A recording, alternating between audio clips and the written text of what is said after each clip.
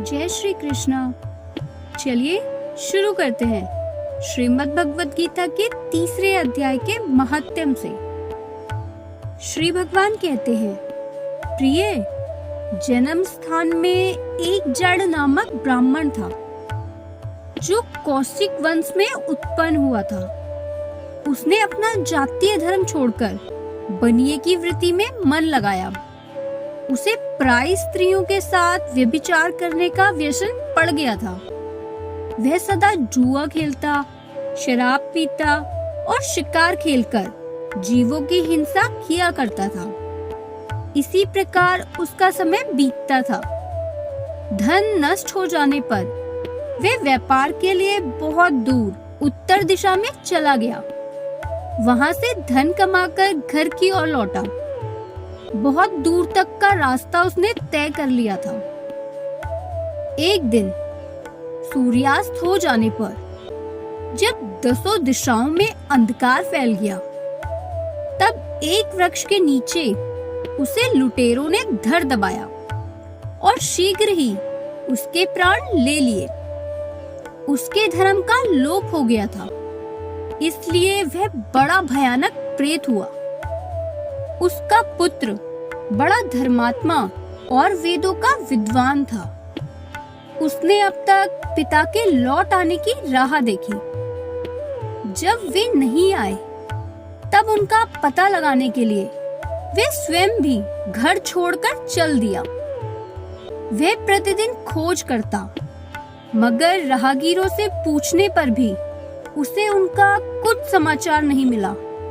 तदंतर एक दिन एक मनुष्य से उसकी भेंट हुई जो उसके पिता का सहायक था। उससे सारा हाल जानकर उसने पिता की मृत्यु पर बहुत शोक किया। वह बड़ा बुद्धिमान था। बहुत कुछ सोच विचार कर पिता का पारलौकिक कर्म करने की इच्छा से आवश्यक सामग्री साथ ले उसने काशी जाने का विचार किया।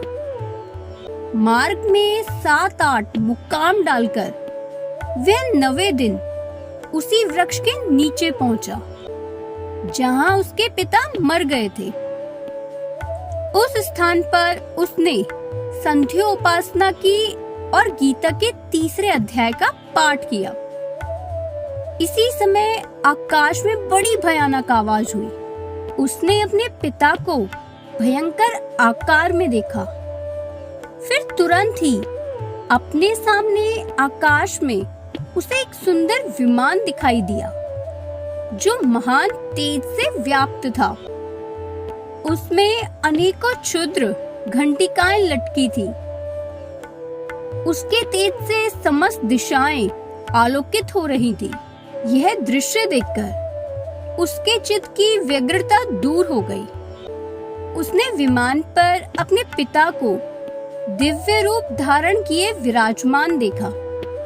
उनके शरीर पर पीतांबर शोभा पा रहा था और मुनिजन उनकी स्तुति कर रहे थे। उन्हें देखते ही पुत्र ने प्रणाम किया। तब पिता ने भी उसे आशीर्वाद दिया।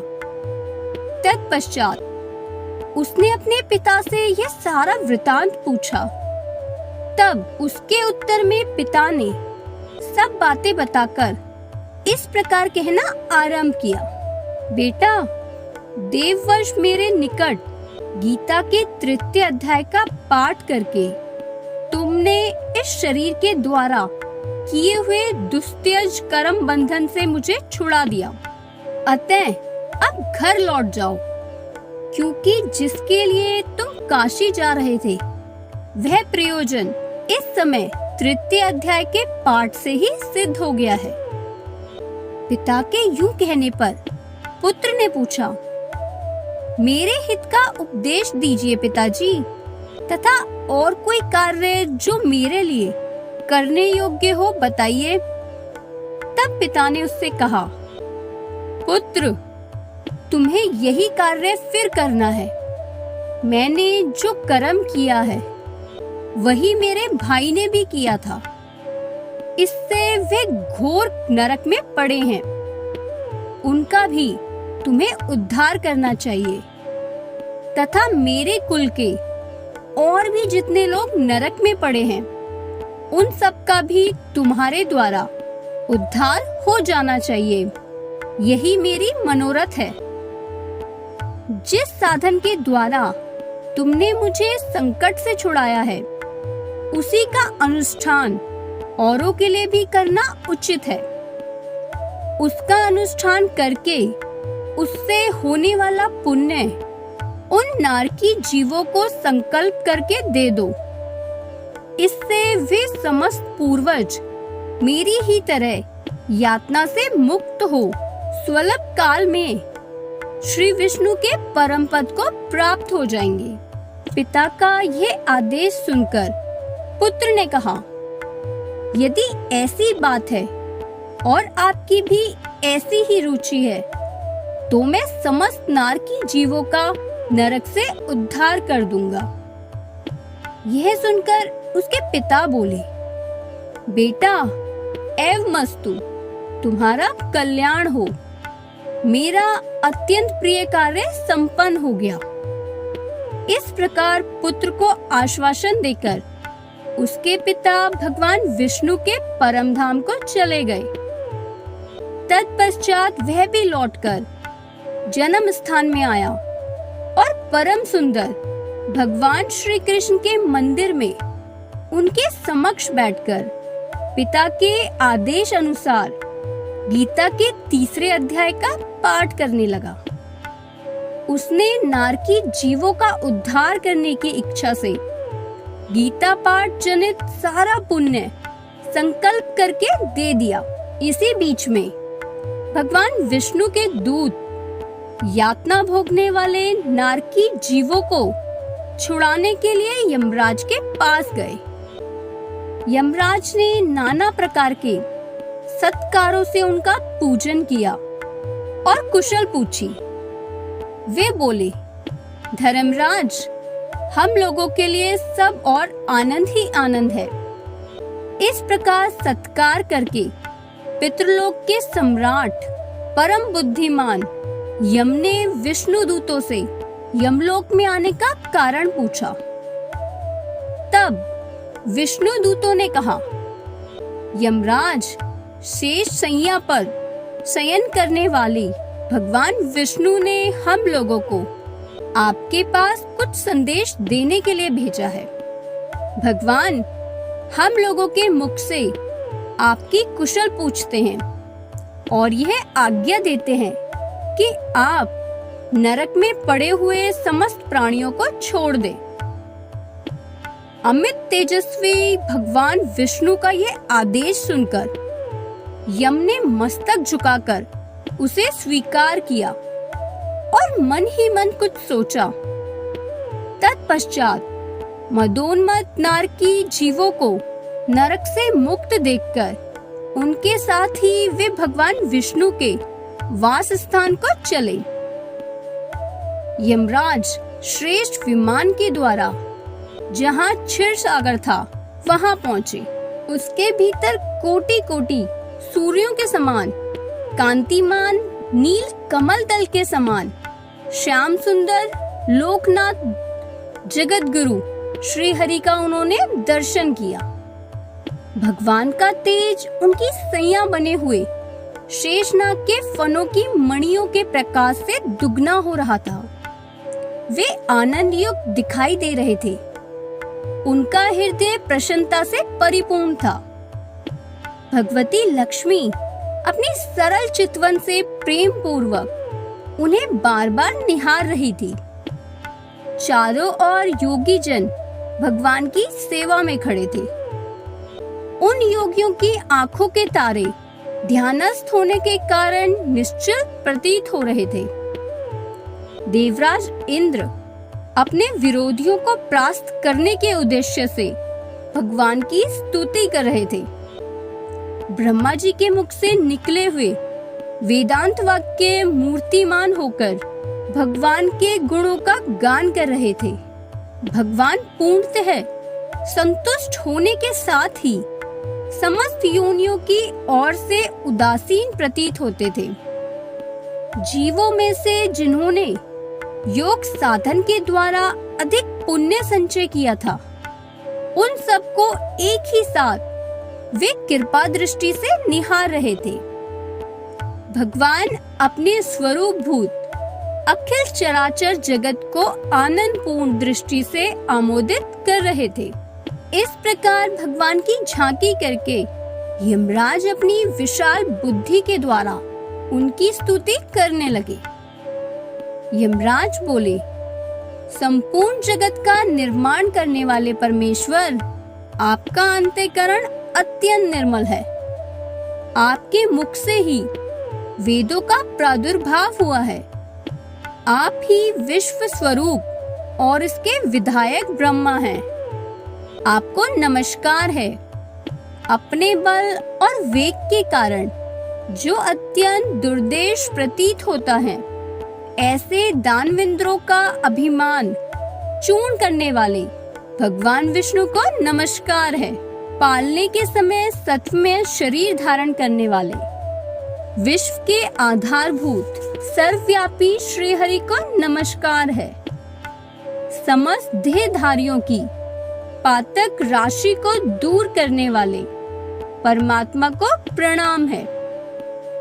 जिनके ललाटवर्ती नेत्र के तनिक सा खुलने पर भी आग की लपटें निकलने लगती हैं, उन रुद्र रूपधारी आप परमेश्वर को नमस्कार है। आप संपूर्ण विश्व के गुरु, आत्मा और महेश्वर हैं। अतः समस्त वैष्णव जनों को संकट से मुक्त करके उन पर अनुग्रह करते हैं। आप माया से विस्तार को प्राप्त हुए अखिल विश्व में व्याप्त होकर भी कभी माया अथवा उससे उत्पन्न होने वाले गुणों से मोहित नहीं होते। माया तथा माया जनित गुणों के बीच में स्थित होने पर भी आप पर उनमें से किसी का प्रभाव नहीं पड़ता। आपकी महिमा का अंत नहीं है, क्योंकि आप असीम हैं। आपकी महिमा का अंत नहीं है, क्योंकि आप असीम हैं। फिर आप वाणी के विषय कैसे हो सकते हैं? अतः मेरा मौन रहना ही उचित है।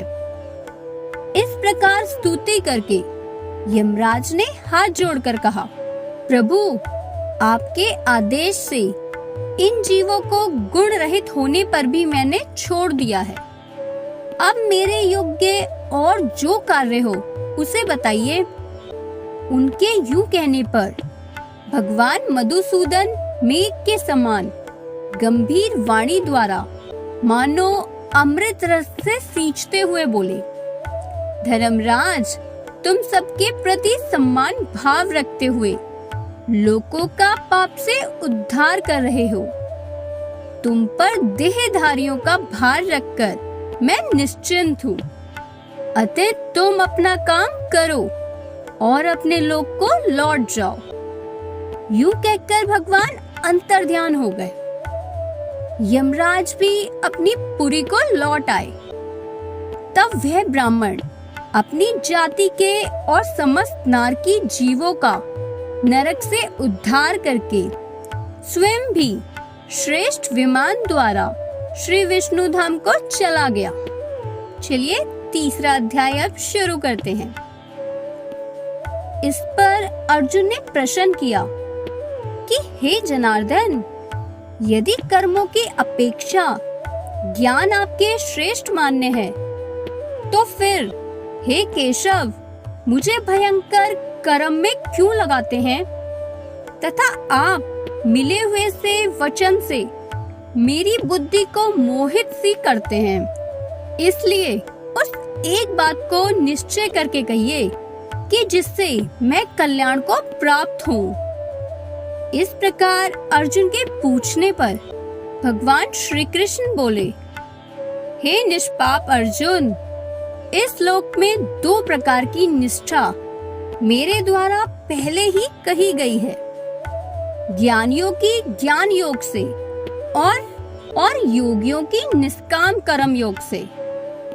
परंतु किसी भी मार्ग के अनुसार कर्मों को स्वरूप से त्यागने की आवश्यकता नहीं है, क्योंकि मनुष्य ना तो कर्मों के न करने से निष्कर्मताओं को प्राप्त होता है और ना ही कर्मों को त्यागने मात्र से भगवत साक्षात्कार रूप सिद्धि को प्राप्त होता है, तथा सर्वथा कर्मों का स्वरूप से त्याग हो भी नहीं सकता, क्योंकि कोई भी पुरुष किसी काल में क्षण मात्र भी बिना कर्म किए नहीं रहता।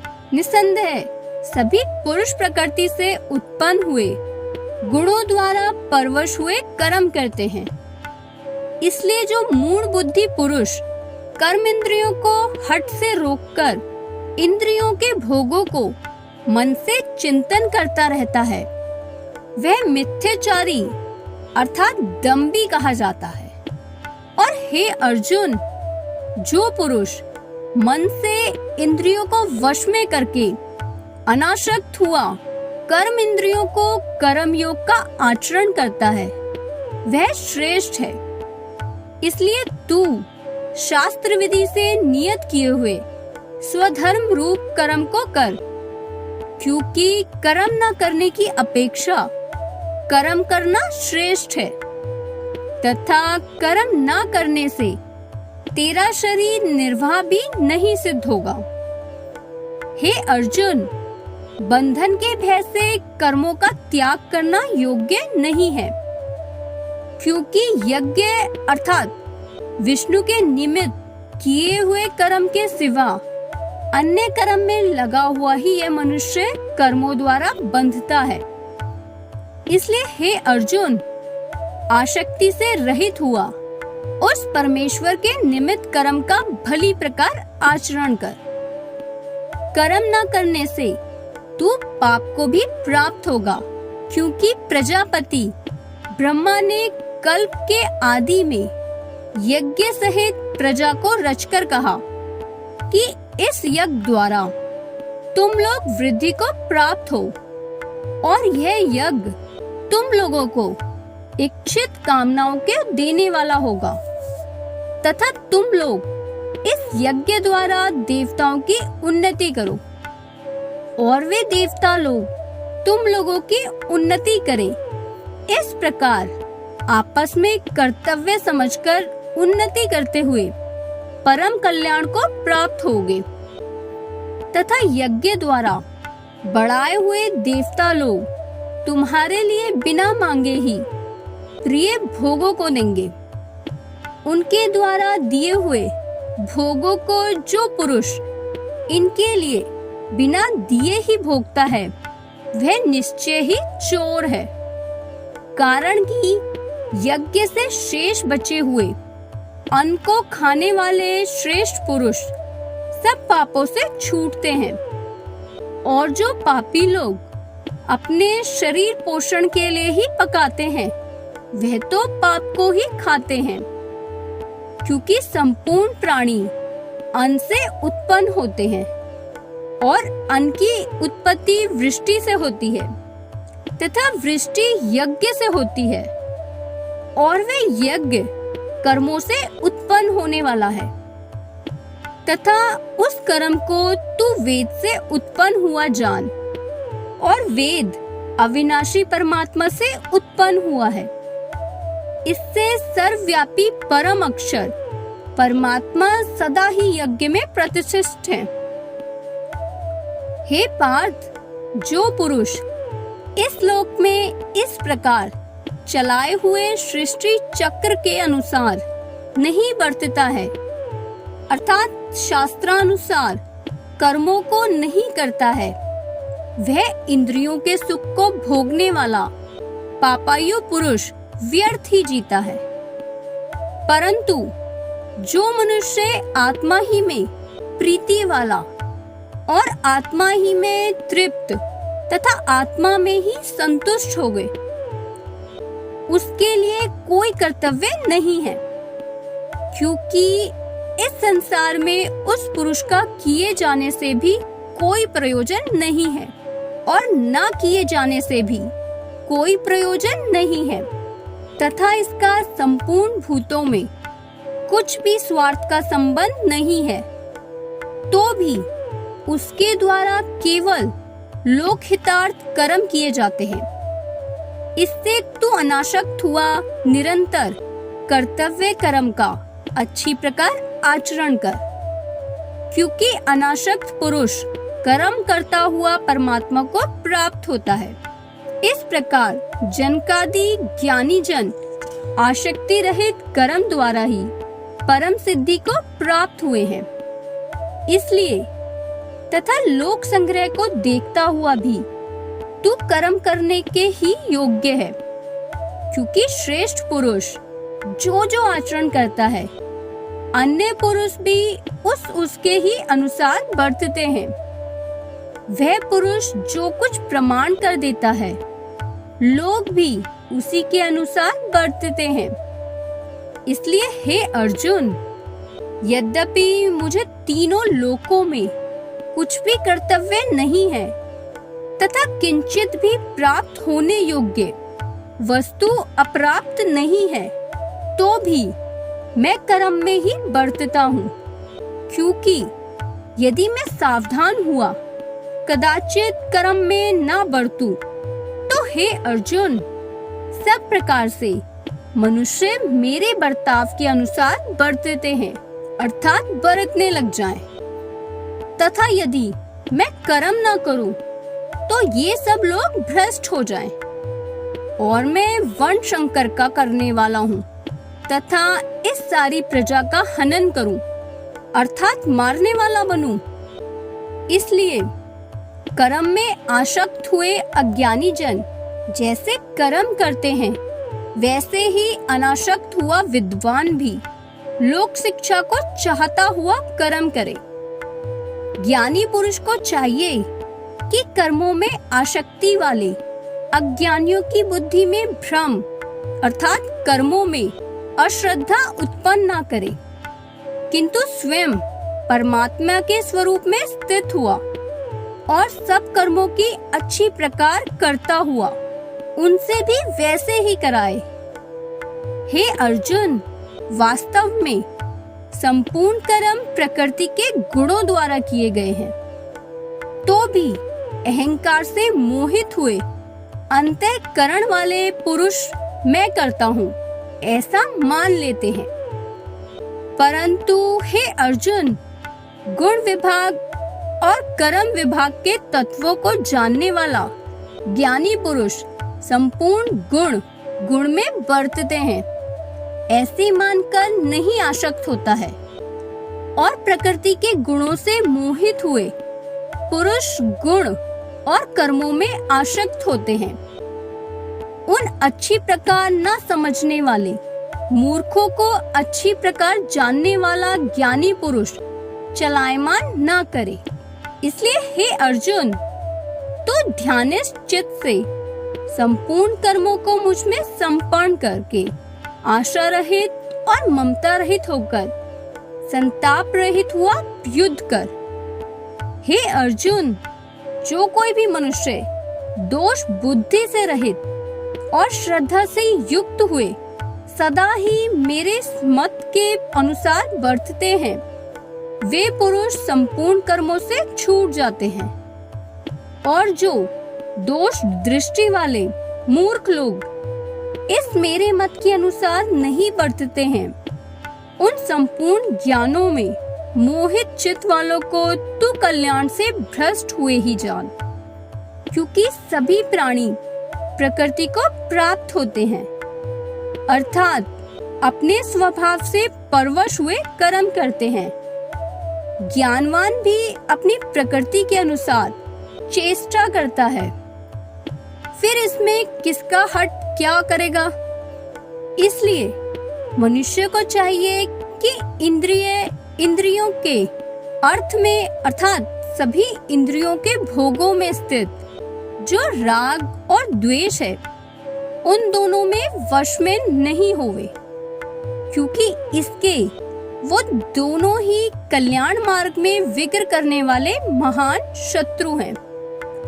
इसलिए उन दोनों को जीतकर सावधान हुआ स्वधर्म आचरण कर, क्योंकि अच्छी प्रकार आचरण किए हुए दूसरे के धर्म से गुण रहित भी अपना धर्म अति उत्तम है। अपने धर्म में मरना भी कल्याण कारक है और दूसरे का धर्म भय को देने वाला है। इस पर अर्जुन ने पूछा, हे कृष्ण, फिर यह पुरुष बलात् लगाए हुए कि सदर्श ना चाहता हुआ भी किसके प्रिय हुआ पाप का आचरण करता है? इस प्रकार अर्जुन के पूछने पर श्री कृष्ण बोले, हे अर्जुन, रजोगुणों से उत्पन्न हुआ यह काम ही क्रोध है।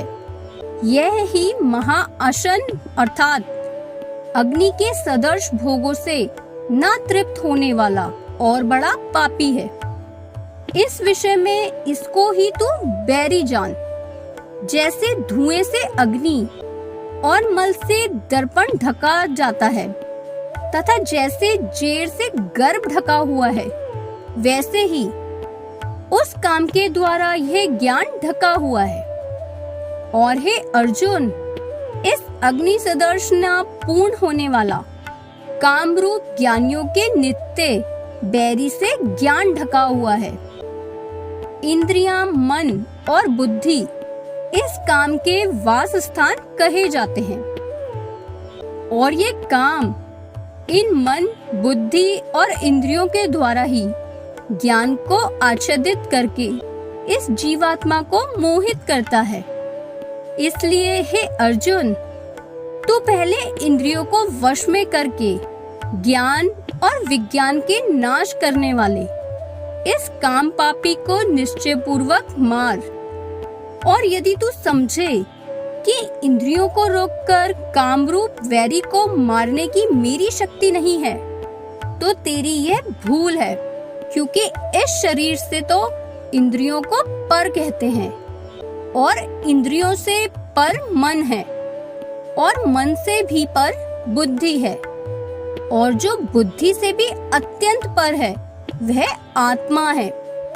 इस प्रकार बुद्धि से पर अर्थात सूक्ष्म तथा सब प्रकार बलवान और श्रेष्ठ अपने आत्मा को जानकर और बुद्धि के द्वारा मन को वश में करके, हे अर्जुन, अपनी शक्ति को समझकर इस दुर्जय कामरूप शत्रु को मार।